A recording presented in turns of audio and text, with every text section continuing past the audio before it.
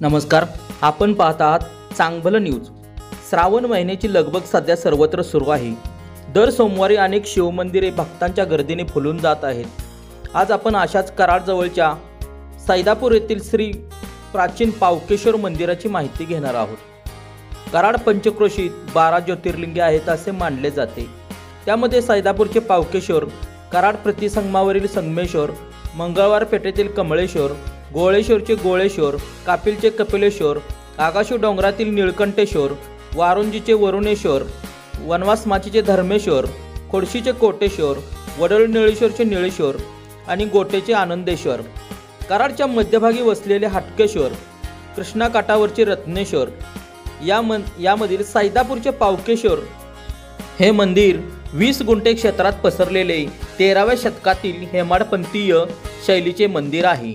17व्या शतकापर्यंत सैदापूरला शिवापूर म्हणून ओळखलं जायचं। आदिलशाहीच्या आक्रमणानंतर शिवापूरचं सय्यदपूर आणि पुढे शब्दभ्रंश होऊन सैदापूर झाल्याचं सांगितलं जातं। हे मंदिर कृष्णा कोयनेच्या प्रतिसंगमावर कृष्णा नदीकाठी असून मंदिरावर दुर्मिळ शिल्पकलेची बांधणी आहे। पूर्व आणि उत्तर असे 2 दरवाजे आहेत। पूर्वेची दीपमाळ साधारण 16व्या शतकातील असावी असा अंदाज लावला जातो। मंदिराला संपूर्णपणे तटबंदी असून तटातच उत्तर बाजूला पूर्वी पुजारी व भक्तांच्या निवासाची सोय होती। मंदिरासमोर नंदीची प्राचीन मूर्ती आहे। गाभाऱ्यातील शिवलिंग हे त्याच्या आकारावरून 13व्या शतकातील असावे असे सांगतात। मंदिरावर बेलपत्र, शरभशिल्प, गजमुख, कीर्तिमुख, मकरमुख, कमळपुष्प, वेलबुट्टी अशी रचनात्मक वैशिष्ट्ये आढळतात।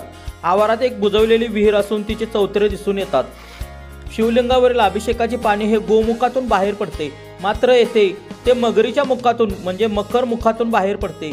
त्यामागे मगर ही गंगेची कन्या आहे असे मानले जाते। या मंदिरात 17व्या शतकात साताऱ्याचे छत्रपती शाहू महाराज म्हणजे छत्रपती संभाजी महाराज यांचे पुत्र यांच्याकडून इनाम देण्यात आले होते। तसेच कराडच्या पंतप्रतिनिधींचे हे श्रद्धास्थान असल्याने त्यांनी दिवाबत्तीची सोय केली होती असे सांगितले जाते। आपणाला हा व्हिडिओ कसा वाटला नक्की कमेंटमध्ये सांगा।